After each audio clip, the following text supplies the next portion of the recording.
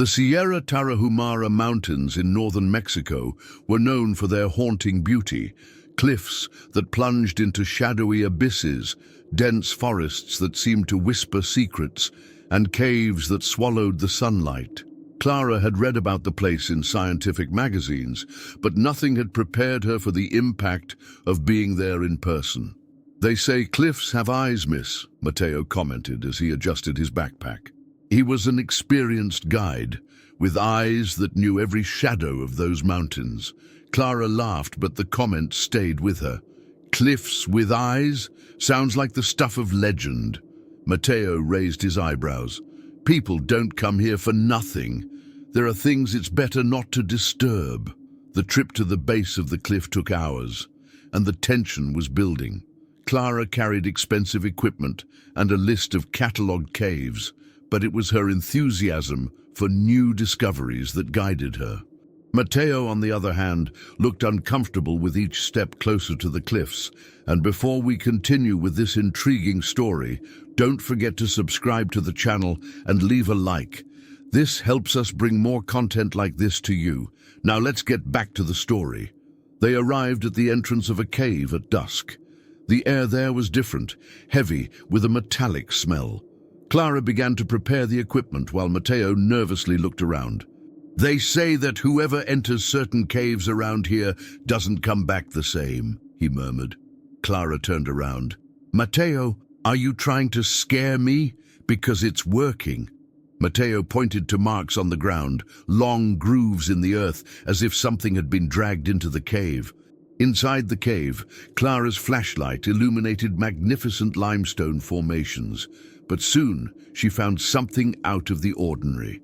Markings on the walls, rudimentary designs that resembled eyes, hundreds of them, all facing the entrance. "It's a coincidence," said Clara, more to herself than to Mateo. But when she touched one of the drawings, something happened. The air seemed to vibrate, as if the cave was breathing. Mateo took a step back. "This is a warning. We shouldn't be here." Suddenly, the sound of rolling stones echoed through the space. Clara and Mateo turned around in time to see a long, slender shadow disappear into a side corridor of the cave. "Did you see that?" Clara asked, her heart racing. Mateo just shook his head. "I've seen enough. We need to get out of here." But Clara couldn't ignore it. The creature looked human, but its eyes, even in the darkness, shone like two headlights. The expedition was just beginning, but Clara felt that she had already awakened something much older and more dangerous than she imagined. Mateo walked ahead, his hurried steps echoing in the cave as Clara insisted on documenting every detail. The shadow they had seen before seemed to move as if it were alive, adapting to the darkness, and this intrigued her deeply. "Mateo, wait. We can't leave yet," Clara said, her voice echoing. "Señorita, you don't understand. This land has rules. Rules we cannot break." As they were arguing, a low rhythmic sound began to fill the space. It was like a buzzing sound, but it came from inside the walls. Clara turned off the flashlight and noticed something disturbing. In the complete darkness, small, bright spots began to appear on the rocky surfaces. They weren't reflections, they were eyes, or something that imitated them. Mateo held Clara's arm. "That's not natural." "Wait," Clara whispered. "It could be an unknown bioluminescence. This needs to be recorded." She pulled out her thermal camera and focused on the glowing eyes, but instead of capturing heat, the image on the screen showed something strange, the shape of a thin, elongated body standing just a few meters away from them.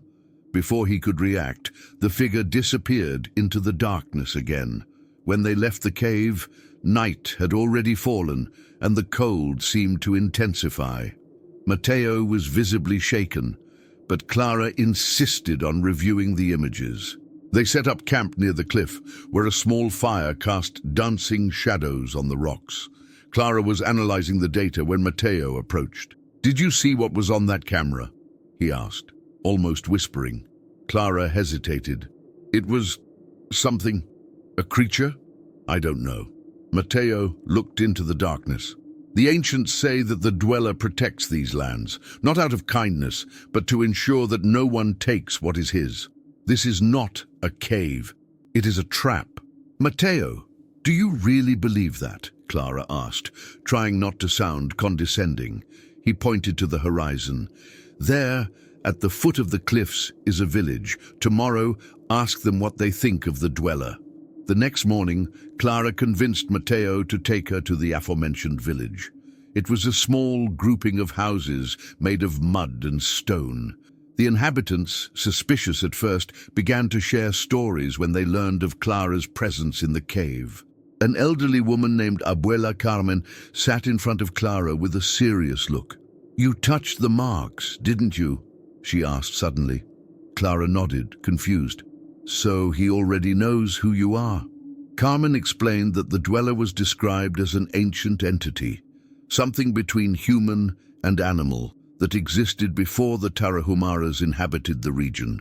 The eyes on the walls were his way of keeping an eye on intruders. Years ago, a group of explorers disappeared there. "We found their belongings near the entrance, but never the bodies," Matteo interrupted. "Abuela, what happens to those who enter the caves?" Carmen looked at him and then at Clara. "They become part of the walls." Against the villagers' advice, Clara decided to return to the cave. She didn't believe in curses, but she was determined to find answers. Matteo, although reluctant, accompanied her again, carrying a larger flashlight and a machete. Inside the cave, the temperature seemed to have dropped even further. Clara found a narrow hallway that she hadn't explored before. The walls were covered in marks, but now she noticed something strange. Some of the marks looked human. Hands, faces, as if they had been carved out of rock, but with expressions of agony. "That's not possible," Clara muttered. Suddenly the buzzing came again, louder and closer. Matteo pointed the flashlight towards the end of the corridor, and there was the creature. Now visible, it had a grotesque shape, with a tall, thin body, pale skin, and glowing eyes that seemed to peer directly into Clara's soul. Matteo screamed and started to back away, but Clara, fascinated and terrified, remained motionless. The creature extended a thin arm, indicating something in the depths, as if he were calling Clara. Matteo pulled Clara tightly. "We're not going to find out anything else. Leave now." But before they could run away, the ground seemed to shake, and a large rock blocked the corridor's exit. They were trapped. As they desperately looked for a way out, Clara noticed something that chilled her blood. Among the walls, familiar faces appeared. Faces of missing people whose stories she had heard in the village. All eyes were fixed on her. The creature, now closer, began to emit a guttural sound, which sounded like laughter. Clara and Matteo were trapped, and the only possible direction was inward, where the darkness seemed alive. The cave seemed to contract around Clara and Matteo, as if it were a living being that was leading them towards a single path, the heart of darkness. The creature's guttural sound reverberated off the walls, making it impossible to determine its exact position. The bright eyes disappeared and reappeared, always watching. "Clara, we need to find a way out," Matteo whispered, his voice thick with panic. But Clara, even taken by fear, noticed something strange. The creature was not attacking. She seemed to want them to go deeper. Walking blindly, Clara touched the walls, feeling textures that didn't belong to ordinary rock. It was like cold, rough skin. The ground beneath his feet was covered in a viscous liquid, and an acrid smell dominated the air. Matteo held the machete as if it were a lifeline, but his fingers were visibly shaking. Suddenly, the buzzing stopped. An absolute silence took over the cave. The only sound was his own uncontrolled breathing. Clara stopped. In front of him, a large hall opened up, lit by a spectral green light emanating from cracks in the walls. In the center, something seemed to pulse, like a giant heart made of stone. "What is that?" Matteo muttered, unable to look away. "It looks alive," Clara replied, more to herself. They approached cautiously, and Clara noticed that the heart was connected to a network of dark veins that stretched throughout the cave. In one of them, something seemed stuck. When Clara shined her flashlight, her stomach dropped. It was a human body partially integrated into the rock, the eyes open, motionless, but still glowing the same hue as the creature. Matteo took a step back, stumbling. "This is a curse. We are doomed."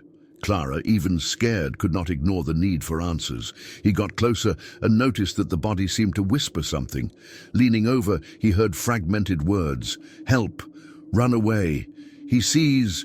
The creature reappeared, emerging from the darkness like a shadow taking shape. She watched Clara for a moment before raising a slender arm and pointing at the beating heart. "He wants you to do something," Matteo whispered, holding Clara by the arm. "Or perhaps you want to deceive us," Clara replied, but her curiosity led her to take a step towards the heart. Upon touching the pulsating surface, a wave of energy coursed through his body. His mind was flooded with confusing images, people being sucked into the cave, their bodies becoming part of the walls, and the once human creature transforming over centuries into a guardian of the depths. Clara fell to her knees, panting.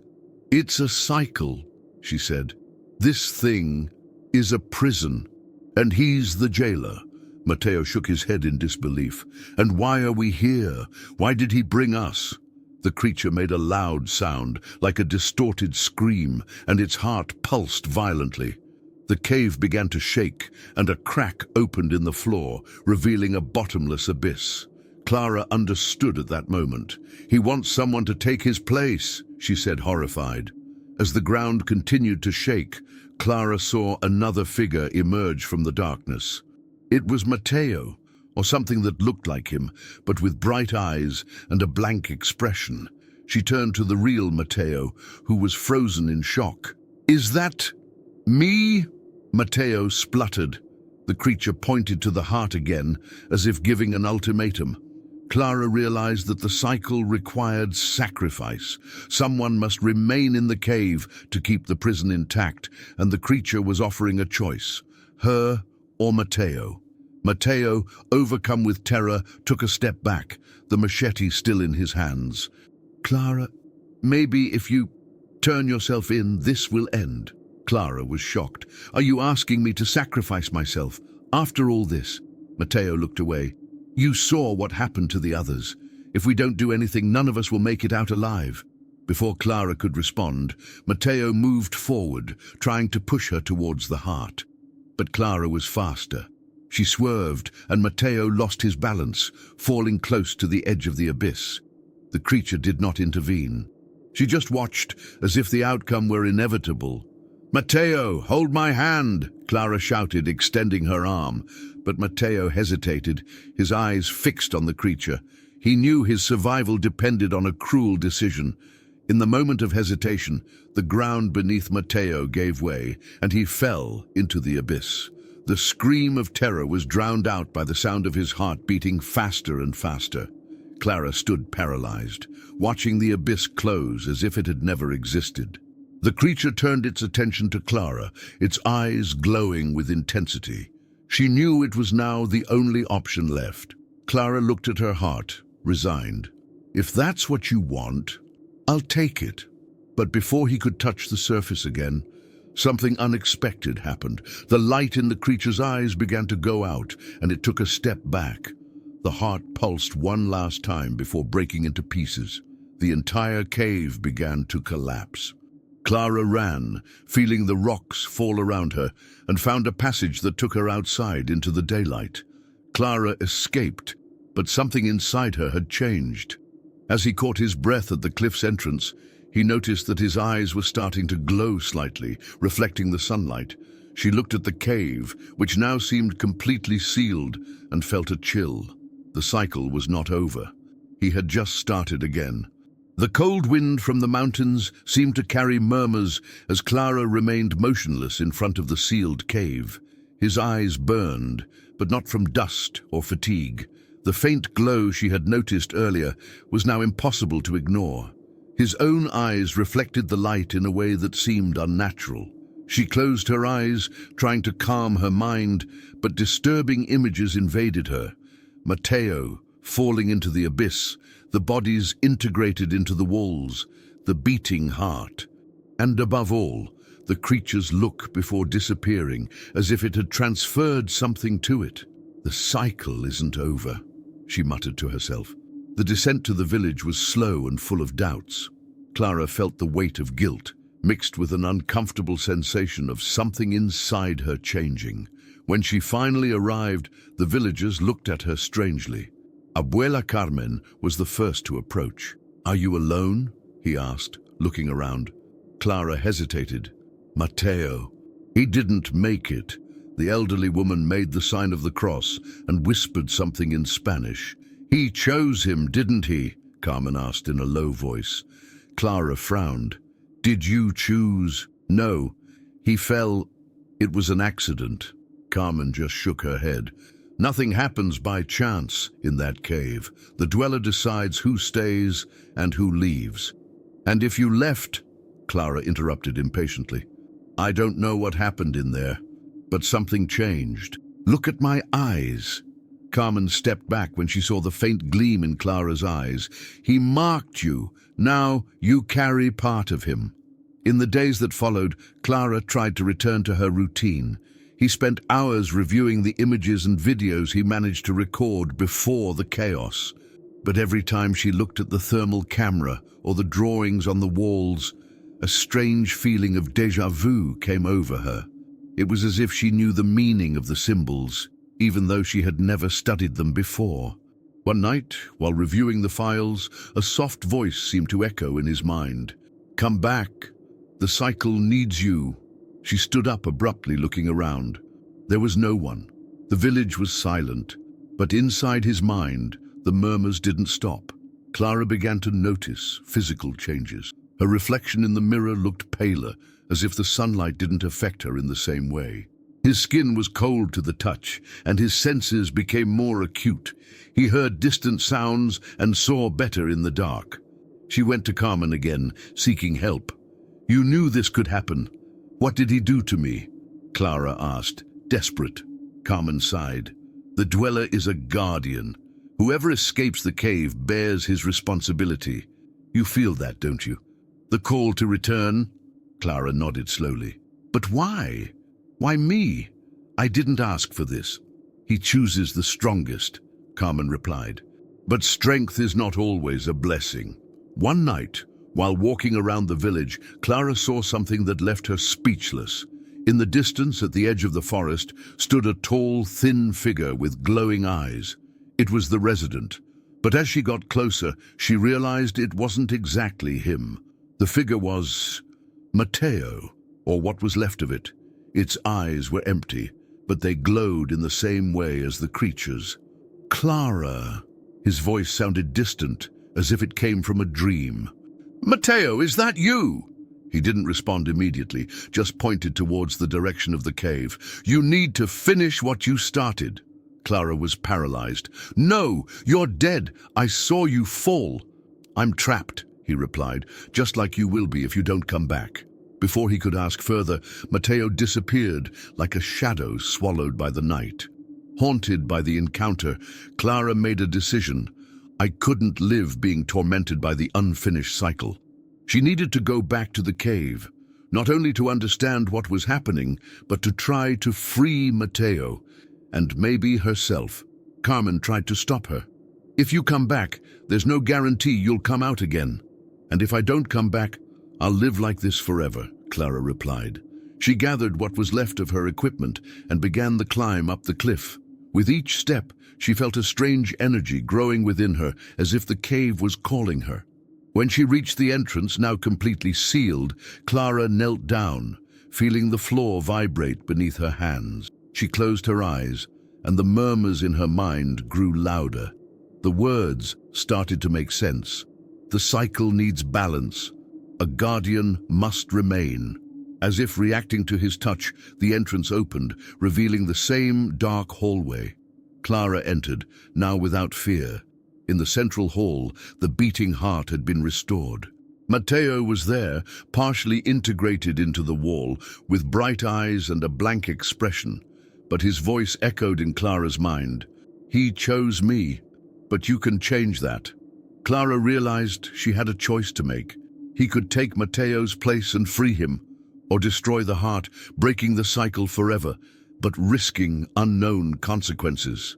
The cave seemed to breathe around Clara, each central heartbeat filling the air with an almost unbearable vibration. Matteo, or what was left of him, was partially integrated into the wall. His bright, empty eyes now fixed Clara with an intensity that seemed to pierce her soul. "You know what you need to do," Matteo's voice echoed, not through his mouth, but through Clara's mind. She squeezed the flashlight tightly, shining a light on the beating heart.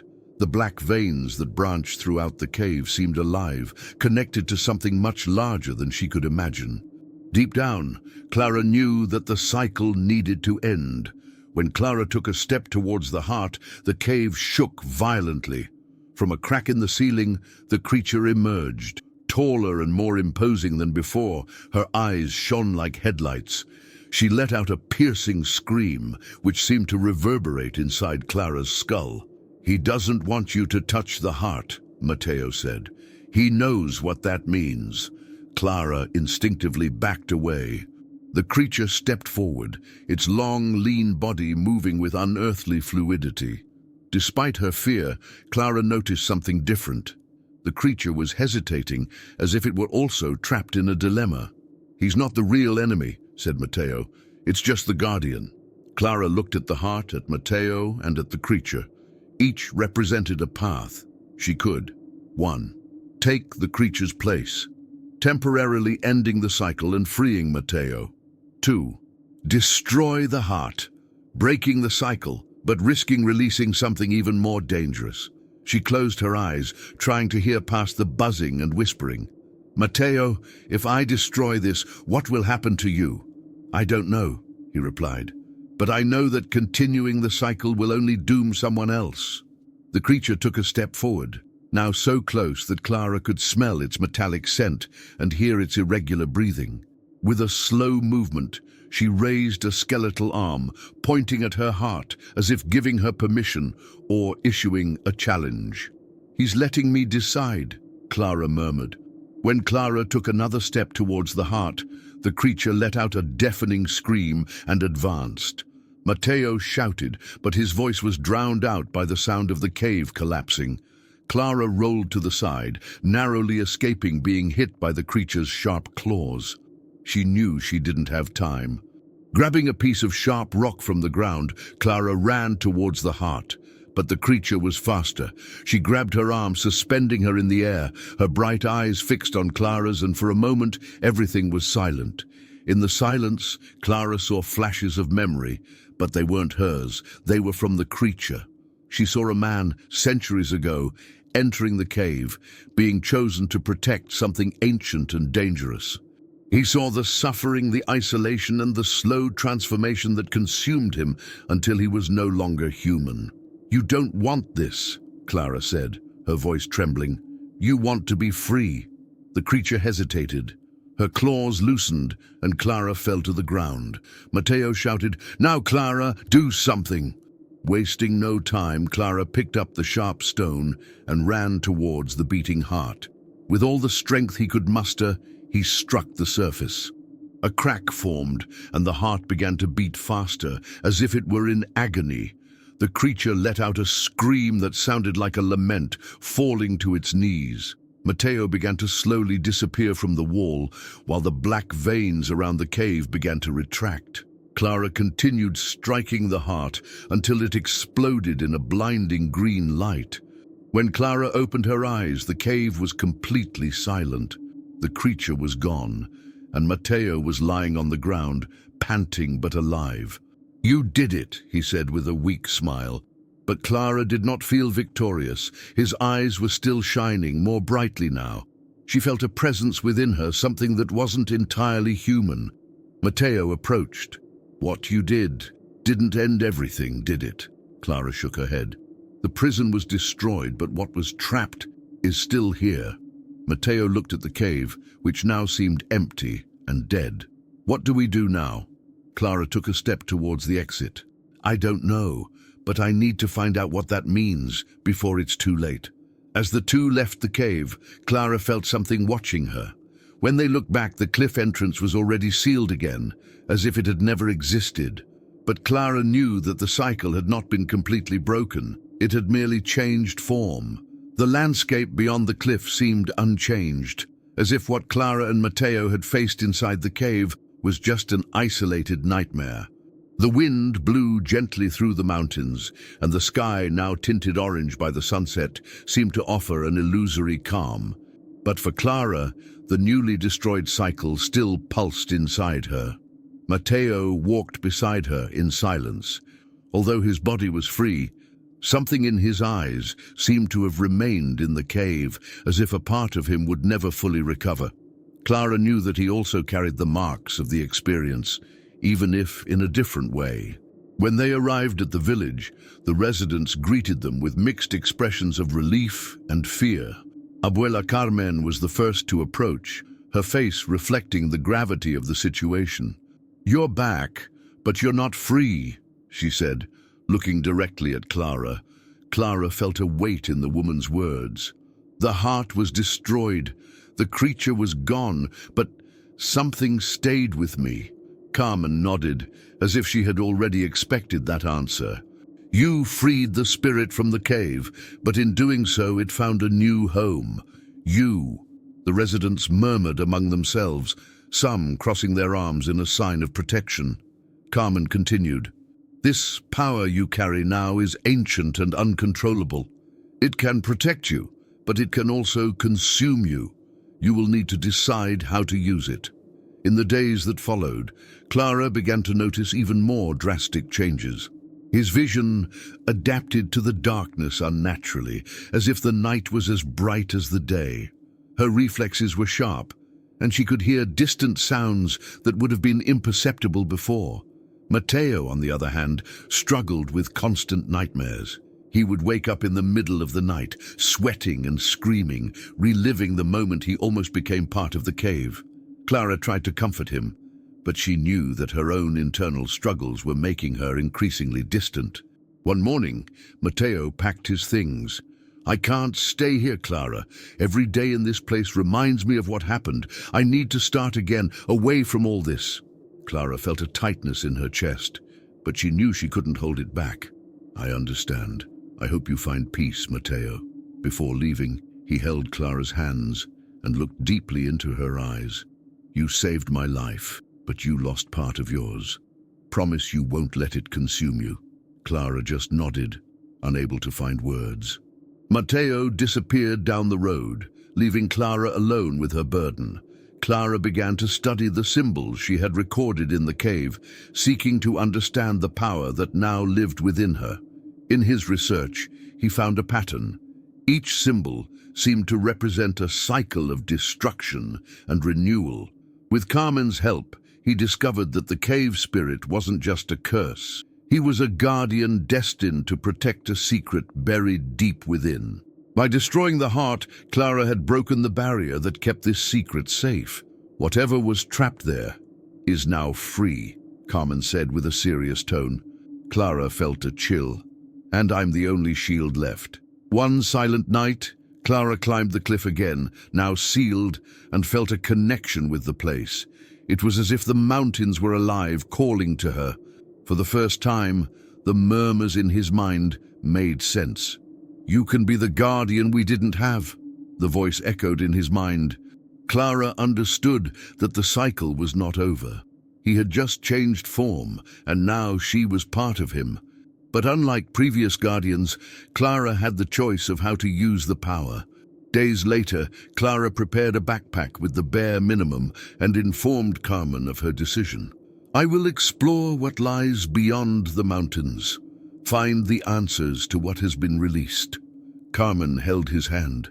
"You carry a power that few can comprehend. Use it wisely, but know that it can attract even worse things." Clara nodded. "If we don't find out what's out there, no one can stop what's coming." At dawn, Clara left, leaving the village behind. As she walked along the trail, she felt the eyes of the villagers on her back, as if they knew she might never return. She looked at the horizon, where the mountains disappeared into the sky. The sparkle in his eyes was now stronger, and Clara felt a new determination. She was no longer just an explorer looking for answers. Now she was a guardian seeking redemption. The cave was sealed, but the cave spirit lived in Clara. As she walked into the unknown, she knew her role was not just to protect, but to understand what had been freed. The cycle had not ended. He had just found a new beginning within her. Months have passed since Clara left the village. The trail that took her away from the mountains took her on a lonely journey, marked by enigmatic encounters and a growing connection to the power that now pulsed through her veins. The world around seemed more alive, and at the same time, more threatening. Clara felt the whispers in the shadows and the invisible eyes that followed her. Wherever she went, the sparkle in her own eyes betrayed her as someone different, someone transformed. One silent night, Clara camped on a rocky plateau where the night sky seemed so close that the stars seemed touchable. As he contemplated the horizon, his mind was invaded by visions. It was a distant past, a land where the mountains were a sanctuary for ancient beings. She saw the first guardian being chosen, a brave young man who accepted the responsibility of protecting a primordial secret. But as time passed, the power consumed him, transforming him into the creature Clara had faced in the cave. "You will be different," a voice echoed, soft but firm. Clara didn't respond. She knew that promises of control over such power were illusory. In a small town to the south, Clara stopped to rest and get supplies. Her presence did not go unnoticed, especially by a young woman named Elena who worked at a local store. Elena, intrigued by Clara's bright eyes, approached. "You were in the Sierra Tarahumara, weren't you?" she asked bluntly. Clara froze. "How do you know that?" Elena looked around, making sure no one else was listening. "My grandmother always told me stories. They say that whoever returns from there carries a dark destiny, but also a responsibility. You feel that, don't you?" Clara sighed. "It's more than feeling. It's like carrying a scar that never heals." Elena hesitated before continuing. "You're not the first, but maybe you're the last."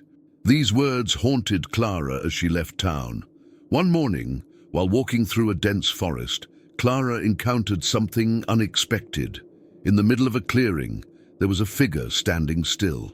From a distance, she thought it was another traveler, but as she got closer, she saw it was Matteo, or at least something that looked like him. "Matteo!" Clara called cautiously. The figure turned, and the glowing eyes confirmed what she already suspected. He was a shadow of what Matteo had been, a manifestation of the cycle that Clara had destroyed. "You can stop this," he said, his voice sounding like a distant echo, "but not alone." Before he could ask more, Matteo disappeared, leaving only a sense of empty and a growing sense of urgency. As he followed the clues left by the visions and murmurs, Clara came to a hidden valley, surrounded by cliffs so high that they blocked the sky. In the center of the valley, a portal made of old rocks emitted family energy. Clara knew that there was the origin of everything. The secret that the Guardians protected for generations was locked behind that portal. But now he was vulnerable, and external forces sought him. As he approached, he felt the presence of something coming from the shadows. They were eyes, dozens of them, shining like those of the creature of the cave. But these were different, smaller, almost animalistic entities. They surrounded Clara, growling and moving in sync, as if they were parts of a single organism. Clara closed her eyes and felt the power inside her throb. When he opened them, his bright eyes were even more intense. The creatures hesitated, retreating slightly. Clara knew that now she was as much a threat and a saving. On the portal, Clara saw family symbols, but there was a different, more complex, which seemed to emit a strange heat. She reached out, and the symbol began to shine. Your mind was flooded with a final choice: seal the portal forever, ending the cycle, but holding whatever inside and assuming its position as a permanent guardian. Or open the portal, freeing the old secret, but risking unpredictable consequences for the world. She knew that none of the choices would bring true peace, but hesitating was not an option. Clara made her decision. He touched the symbol and felt a wave of energy through his body. The portal answered, and an intense light took over the valley. When the light decreased, Clara was alone again. The creatures had disappeared. The portal was closed, and the valley silent. But Clara knew that power inside her had not disappeared. On the contrary, it seemed stronger, more connected to what she had sealed. While walking back, Clara realized that her journey was not just to protect a secret, but to make sure he was never used for evil. She was now the bridge between two worlds, a role she never chose but had completely accepted. Years later, Clara would be remembered as a mysterious figure that wandered between villages and cities, helping those who needed, but always departing before creating ties. For some, she was a saving. For others, a warning that the unknown always carries a price. But to Clara, his life now had one purpose: to maintain the balance between what should remain in the shadows and what could threaten the world. And on silent nights, when he looked at the stars, the murmurs still came, reminding her that the cycle had not completely ended. It would never end. What did you think of this outcome? Leave your opinion in the comments. We love to know what you think. And don't forget to subscribe to the channel and leave your like to support our work. See you in the next video.